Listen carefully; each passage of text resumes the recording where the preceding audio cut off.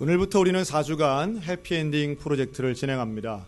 우리 인생의 시작보다 중요한 것은 마무리이고 그것이 온전하고 하나님이 원하시는 마무리가 되기 위해 우리는 오늘 죽음에 대해 말하려 합니다.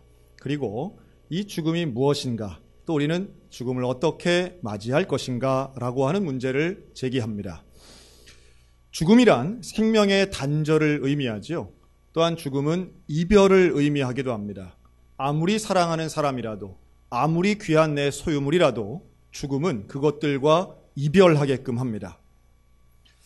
그러나 죽음은 그 어떤 특징보다 가장 중요한, 거의 유일한 특징이라고도 할 수 있는데요. 그것은 이 땅에 존재하는 모든 생명체, 모든 인간에게 적용된다는 절대적 보편성입니다.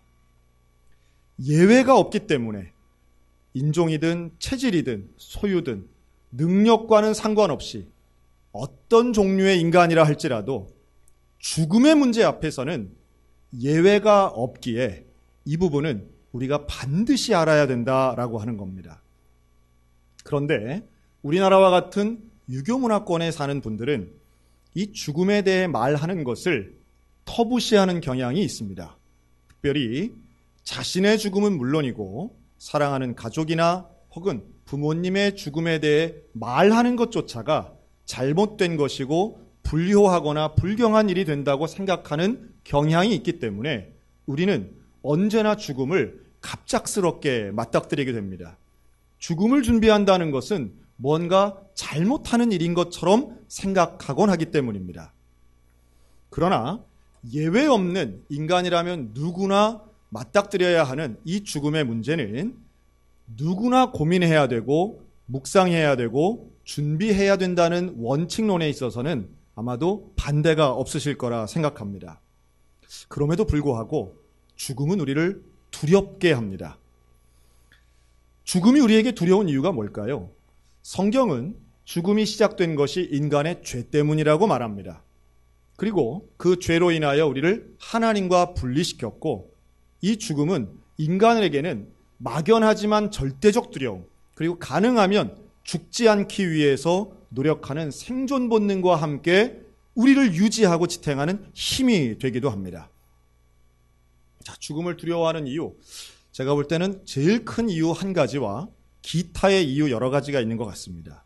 제일 큰 이유 하나만 들자면 이것은 죽음에 대해 우리가 모르기 때문입니다. 인간은 인류의 역사를 발전시키는 과정을 잘 보면 내가 경험한 것을 다른 사람에게 혹은 내 후손들에게 기록이나 구전을 통해서 전수되기 때문에 그 경험들이 쌓이고 쌓여서 인류 문명은 발전해 왔습니다. 농업도, 기술도, 과학도 결국은 경험이 쌓여서 발전시킨 것인데 어떤 분야든지 인간이 경험한 것을 나눌 수 있었으나 죽음의 분야만큼은 나눌 수가 없는 거예요. 죽음을 연구한 학자들이 참 많습니다. 신앙이 있건 신앙이 없건 동서양을 막론하고 수없이 많은 연구와 저술물들이 있습니다. 지금도 계속해서 책이 나옵니다. 웰빙의 시대가 지나가고 웰다잉의 시대가 왔다 이러면서 아주 쉬운 책과 함께 여러 가지 계획서까지 담은 책들이 얼마나 많은지 몰라요. 그래서 저는 이번 해피엔딩 프로젝트를 준비하면서 봐야 될 책이 너무너무 많은 것에 놀랐고요. 이러한 책들이 저는 가능하면 불신자가 쓴 책들을 보기 위해 애를 썼습니다. 왜냐하면 시각적 균형을 맞춰보고자 하는 욕심이 있었기 때문입니다. 그런데요, 누가 썼건 간에 상관없습니다. 죽음은 경험하지 않은 사람들이 쓴 것입니다. 그렇기 때문에 정확할 수 없고 구체적일 수 없습니다. 모르면 두려운 거예요. 모르기 때문에 무서움을 갖습니다. 왜 낮보다 밤이 무섭습니까? 밤은 보이지 않기 때문에 어떤 일이 일어날지 잘 모르기 때문에 두려운 것입니다. 지금 코로나 바이러스가 전 세계를 위협하고 있습니다. 모두가 두려워하고 얼마나 무서워하는지 몰라요. 그런데 그 무서워하는 이유 중에 제일 큰 것 중에 하나는 이게 잘 모르는 바이러스라고 하는 겁니다. 백신이 없고 치료제가 없습니다. 사실 그 영향력만 놓고 본다면 이 정도까지는 아닐 수도 있겠다 하는 생각이 듭니다. 예를 들면 미국에는 지금까지 코로나 바이러스 확진자는 있지만 사망자는 없습니다. 그런데요, 최근 1년 동안 미국 독감, 미국 질병통제예방센터에서 나온 통계에 의하면 지난 6개월 동안 미국에서 미국 독감으로 죽은 사람은 8,200명입니다. 입원 환자만 14만 명입니다. 그런데 우리는 그런 미국 독감이 있는지도 몰랐습니다. 왜 그럴까요? 그 독감은 치명적이긴 하지만 아는 바이러스인 반면에 이 왕관이란 뜻의 코로나 바이러스는 전혀 몰랐던 바이러스이기 때문에 우리가 그만큼 더 두려워하고 있다는 거예요. 두렵기 때문에 생존 본능이 발휘되게 됩니다. 어떻게든 이 위협에서 벗어나고 싶은 것이지요. 그러다 보니 부정적인 모습들도 많이 보입니다. 예를 들면 중국에서는 지금 우한 쪽 사람들에 대한 혐오가 커지고 있습니다. 그 지방 사람들은 아예 오지도 못하게 하고 그 지역 출신이라면 아예 혐오하고 미워하고 막 마을에서 색출하기도 합니다. 우리나라는 어떨까요? 우리나라는 지금 중국인에 대한 혐오가 커지고 있습니다. 그 사람이 환자인지 아닌지보단 중국 사람인지 혹은 중국에 갔다 온 사람인지 이런 거 가지고 조심하고 혐오하고 미워합니다. 제가 표현이 좀 과할지는 모르겠으나 사람들이 모르는 것에 대해 두려움을 갖고 그 두려움이 혐오로 표현된다면 피해자는 우리 모두가 될 수 있다는 말씀을 드리는 겁니다. 이럴수록 사실은 조심은 해야 되겠으나 경계는 해야 되겠으나 누구를 미워하거나 원망하거나 저주하는 방식으로는 이러한 문제 해결될 수 없음을 잘 알고 있습니다. 또 하나 죽음이 두려운 이유가 있습니다. 우리는 본인의 죽음을 경험하진 못하지만 타인의 죽음을 볼 때가 있습니다. 그런데 대부분의 타인의 죽음에는 육체적 고통과 심리적 외로움이 동반되는 경우가 대부분입니다. 죽음은 함께 할 수 없는 거예요. 죽음은 혼자 오롯이 감당해야만 되는 겁니다. 그러다 보니 마지막 순간에 죽음을 겪는 분들은 대부분 육체적으로는 가장 약하고 가장 힘들고 심리적으로도 가장 외로움을 경험합니다. 그것을 곁에서 지켜보는 사람들은 그만큼 힘들고 그래서 죽음을 두려워하게 만들기도 합니다. 또 있습니다. 내가 죽는다면 가족은 어떻게 할까? 내가 죽는다면 일은 어떻게 하나? 내가 죽는다면 내가 갖고 있는 내가 책임지는 부분은 어떻게 하나라고 하는 자신의 삶에 대한 걱정과 염려는 우리를 죽음을 두렵게 만드는 요소이기도 합니다. 그렇기 때문에 우리는 죽음에 대해서 말하거나 죽음에 대해 준비하는 것을 막연하게 혹은 회피하고 싶을 때가 많은 거죠. 하지만 최소한 우리 기독교인들에게 있어서 죽음의 문제는 두려움만으로 혹은 회피의 대상이 아닌 예수님께서 말씀하신 그대로 우리의 죽음은 하나님 나라로 가는 영생복락의 과정인 줄로 믿으시기 바랍니다. 제가 지금도 기억하는 한 권사님이 계세요. 11년 전입니다. 제가 담임 목회하던 교회에 가장 연세 많은 권사님이었습니다.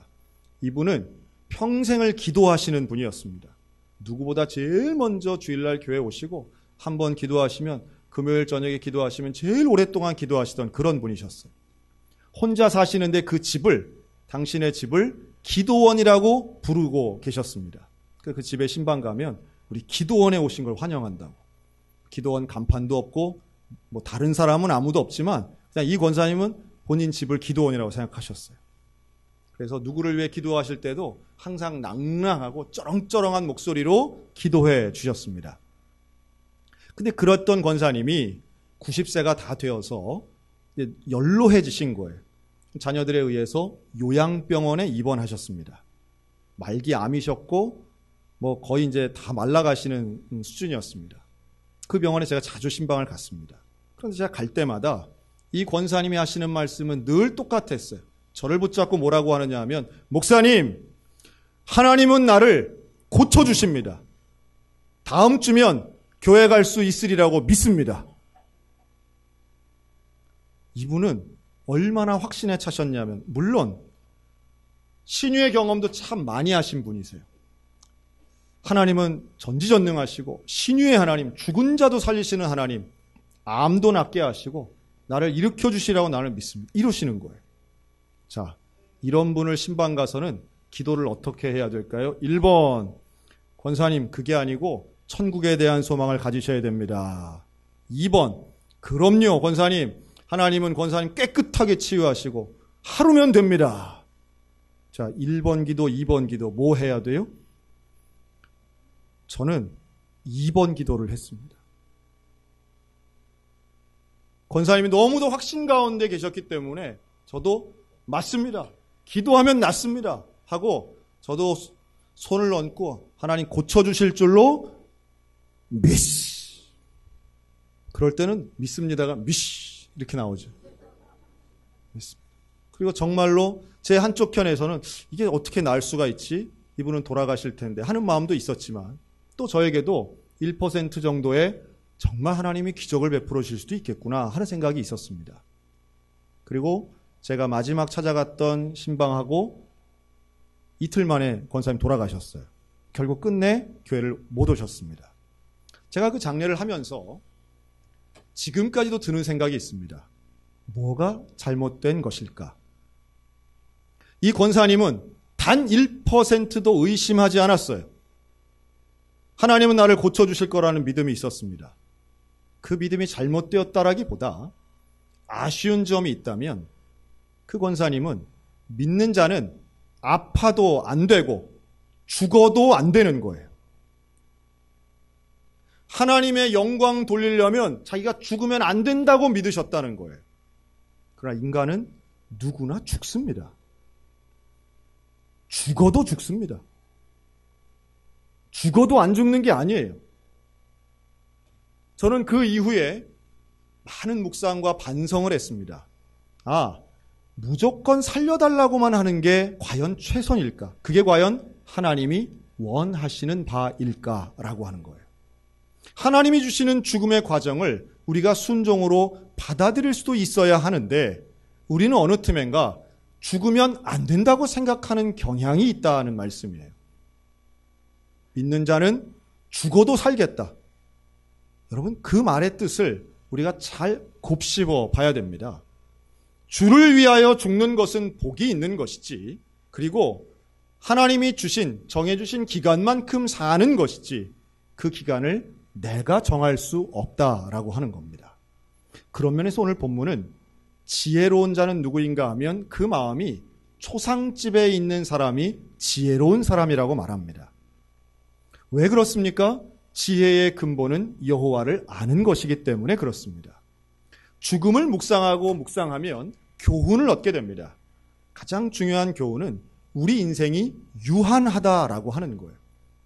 이 땅에서의 삶은 영원하지 않습니다. 이 땅에서의 삶은 끝이 있습니다. 그리고 생각보다 짧습니다. 그런 면에서 솔로몬은 그러한 인생을 헛되다고 말합니다. 그것은 필요 없다라기보다는 내가 생각하는 가치관과 하나님이 원하시는 것이 얼마든지 다를 수 있다는 거예요. 우리는 배부르고 편하고 유명하고 출세하고 성공하는 것이 뭔가 잘 사는 것처럼 보일지 모르겠으나 하나님이 원하시는 것은 그 짧은 시간 동안 하나님이 원하시는 거룩하고 온전하고 사명을 감당하는 삶을 원하실 터인데 이 유한한 인생을 우리가 어떻게 살아갈 것인가? 그러면 결론이 자연스럽게 나옵니다. 그럼 따라할까요? 내 인생의 주인은 내가 아닙니다. 유한한 내 인생의 주인은 내가 아닌 거예요. 왜 그렇습니까? 내 죽음을 내가 주관할 수 없기 때문입니다. 내 생명을 내가 주관할 수 없기 때문이에요. 우리 인생의 주인은 여호와 하나님이신 것을 믿으시기 바랍니다. 며칠 전 저희 둘째 아이 고등학교 졸업식이 있었습니다. 저는 졸업식을 띄엄띄엄 많이도 다닙니다. 저희 아이들만 해도 졸업식을 매번 하니까요. 그런데 뉴스에 보면 요즘 졸업식이 상당히 특별하다고 많이 나옵니다. 양구에 있는 어떤 초등학교 졸업식 뉴스에 나오는 거 보니까 졸업생 8명은 그냥 자리에 앉아 있고 부모님이 영상에 나와가지고 누구야 졸업을 축하한다. 네가 벌써 졸업하는구나 하고 어머니는 울는데 애는 멀뚱멀뚱 보는 거죠. 그리고 졸업식을 축하하는 선생님들의 공연 이런 거 합니다. 선생님들이 나와서 K-팝 무용을 해요. 율동을. 그런데 그런 학교는 극소수고요.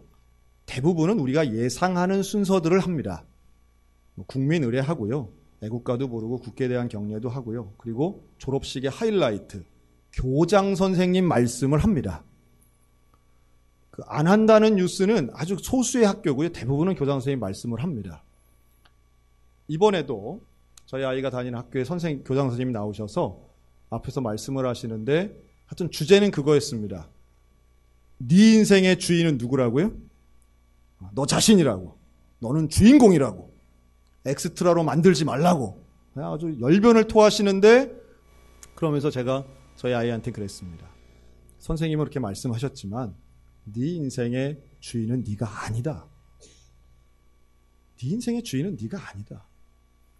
우리 인생의 주인은 여호와 하나님이시고 나를 위해 구원하신 예수 그리스도가 나의 인생의 주인인데 인생의 주인이 누구냐에 따라 삶의 의미와 목적이 완전히 달라진다는 것을 알았으면 좋겠다. 여러분, 우리 인생에 의미를 주시는 분, 나를 창조하신 분이 나에게 의미를 주시는 거예요. 내가 나의 삶에 의미를 주는 게 아니라 나를 만드신 분, 나를 구원하신 분이야말로 내 인생의 목적과 의미를 주시는 것이지, 그렇지 않으면 유한한 우리의 인생은 헛될 뿐이라고 하는 말씀이에요. 죽음을 묵상할수록 우리는 예수 그리스도에 집중하게 되는 줄로 믿습니다. 제가 이번에 본 여러 가지 책 중에요. 이 셀리 티스데일이라고 하는 분이 쓴 인생의 마지막 순간에서 최근에 나온 책인데, 그래서 뭐 뉴욕 타임스가 그렇게 저는 아마존에서 많이 팔렸다고 그래서 한번 사봐서 봤습니다. 물론 불신자가 쓴 책인데요. 이 책에서는 여러 가지의 이야기들을 하면서 죽음 계획서를 쓰라고 가르치더라고요. 그러면서 좀 흥미로운 구절이 있어서 좀 소개합니다. 사람들이 생각하는 좋은 죽음이 있다는 거예요. 좋은 죽음. 어떤 게 좋은 죽음이냐면 첫째, 존중받는 죽음. 존엄사를 이야기하죠. 두 번째, 사랑하는 사람과의 함께하는 마지막 자리. 종교적 신념이나 정치적 신념을 완성하는 자리. 통증이 완화되고 편안한 상태를 유지하며 원하는 장소에서 맞이하는 죽음이 좋은 죽음이다. 이렇게 썼더라고요. 조금 쉽게 얘기하면 사랑하는 자녀들이 둥글게 있고 충분히 장수의 복을 누리며 깨끗한 집안에 있는 침대 시트에 튜브 꽂지 않고 이불 요만큼 덮으며 따사로운 햇살이 비치는 넓은 거실에서 자녀들에게 마지막까지 사랑한다고 말하고 자는 듯이 조용히 가는 죽음. 자, 아마도 이런 부분에서 공감하시거나 나도 그랬으면 좋겠다 하시는 분들이 계실지 모르겠습니다. 이 자체가 나쁘다는 건 결코 아닙니다. 그런데 만약 이것이 좋은 죽음이라면 반대의 논리가 있을 수 있다는 거예요. 즉, 나쁜 죽음이 있을 수 있다는 거예요. 뭐가 과연 나쁜 죽음일까요? 만약 이런 논리라면 초등학교 때 교통사고로 죽는 죽음이 나쁜 죽음이라고 생각하지 않겠습니까?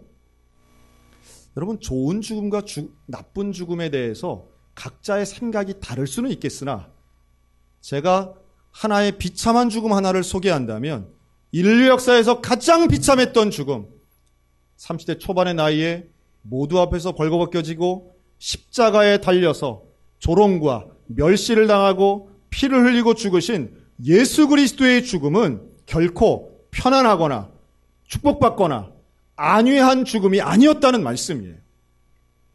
예수님뿐만 아니라 성경에 나오는 대부분의 사람들이 좋은 죽음과는 거리가 있는 급작스럽고 괴롭힘당하고 가장 외롭고 힘들게 죽는 죽음의 순간이었다는 겁니다. 여러분, 어떻게 죽을까의 부분에서 죽음의 상태에 너무 집중하기보다는 죽음 이후에 있는 우리 주님이 말씀하시고 약속하신 복음의 내용에 깨달음이 있으시기를 주의 이름으로 축원합니다. 내가 너희를 위하여 거처를 예비하러 가노니라고 예수님 말씀하셨어요. 하나님 나라의 거처를 예비하신다고 말씀하셨는데 아무리 화려하고 거창하고 위대한 죽음이라 할지라도 그 하나님 나라에 가지 못하면 그 장례 이후에 멸망의 지옥으로 떨어질 수밖에 없는 것이고 슬프고 애통하지만 사고로 혹은 고통스러운 질병으로 급작스럽게 너무 일찍 죽었다 할지라도 하나님 나라에 가는 그 순간부터 가장 큰 축복의 주인공 될 줄로 믿습니다. 우리가 생각하는 죽음이라고 하는 것은 극복해야 될 대상이 결코 아닙니다. 죽음은 성공도 실패도 아닙니다. 죽음은 오히려 참된 하나님의 영생복락으로 가는 과정이라고 하는 걸 이해하셔야 됩니다. 그 과정이 조금 빠른 분들도 있습니다. 물론 그 이별 때문에 우리는 참 슬프지요. 하지만 천국의 복음, 구원의 약속이 오늘 저와 여러분들에게는 큰 위로가 되는 줄로 믿습니다. 그 위로를 받는 죽음이 누구의 죽음이냐? 바로 예수 그리스도를 믿는 사람의 죽음이라고 하는 거예요. 저는 앞으로 이번 한 달간 우리가 이 죽음의 문제에 대해서 함께 공부하고 나누어 보았으면 좋겠습니다. 그래서 믿는 자의 임종, 또 남은 자의 장래, 천국의 소망으로 매주마다 살펴볼 것입니다. 죽음에 대한 관심이 많아도 죽음에 대한 언급이나 교육이 잘 이루어지지 않는 상황에서 사실은 이 대한민국 사회에 죽음에 대한 화두를 던질 수 있고 던져야 하는 사명이 우리 개신교에 있다고 저는 믿습니다. 바꿔야 될 것도 많지만 준비할 것들도 많습니다. 그러나 그 모든 준비에 있어서 처음 시작은 우리가 입을 열어 죽음에 대해 말하는 것입니다. 특별히 어린 자녀들에게도 죽음에 대한 언급과 죽음에 대한 공유는 참 중요하고 필요하다고 봅니다. 여러분들의 최초의 죽음 경험은 언제였습니까? 대개 죽음은 뭔가 어둡고 뭔가 불행하고 뭔가 슬프고 잘못된 일이 일어난 것 같은 그런 느낌을 동반할 때가 많은데요. 그러나 평소의 죽음이야말로 하나님 나라로 가는 영생복락의 시작이고 과정이고 내가 정말 사모하는 천국에 들어가는 일이다 라고 하는 그 말과 그 가르침이 가득한 집안이라면 온전한 위로받게 될 줄로 믿습니다. 그리고 또 하나, 죽음에 대한 집중력 있는 묵상은 역설적이게도 우리의 삶을 더욱 풍요롭고 온전하게 만듭니다. 유한한 나의 인생에 주어진 이 시간을 어떻게 하면 거룩하고 온전하게 사용할 수 있을까? 당연히 죽음을 생각하는 사람은 내 인생에 집중하게 될 수밖에 없는 것이지요. 시간을 허비하거나 다른 사람을 혐오하거나 혹은 이 시간의 주관자이신 하나님을 욕되게 하는 일을 하지 않게 될 것입니다. 절제할 것입니다. 그러면서도 가장 시간을 선용하는 거룩하고 온전한 성도가 될 거라는 말씀이지요. 천국의 소망이 있는 사람은 그 소망을 가장 사랑하는 사람에게 전하지 않겠습니까? 죽음이 있다면 구원이 있는 거예요. 그리고 그 구원의 복음을 한 사람 한 사람에게 전달한다면 그것이 오늘 우리 모두의 사명될 줄로 믿습니다. 계시록 14장 13절 지금 이후로 주 안에서 죽는 자들은 복이 있도다. 놀라운 말씀이죠. 성경은 믿는 자의 죽음을 복이라고 말씀합니다. 예수님은 부활의 첫 번째 열매가 되셨습니다. 죽음을 이기신 유일한 분이고 첫 번째 분이십니다. 그런데 그 예수님을 믿는 우리는 예수님처럼 부활하고 복된 영생복락의 주인공들 될 줄로 믿습니다.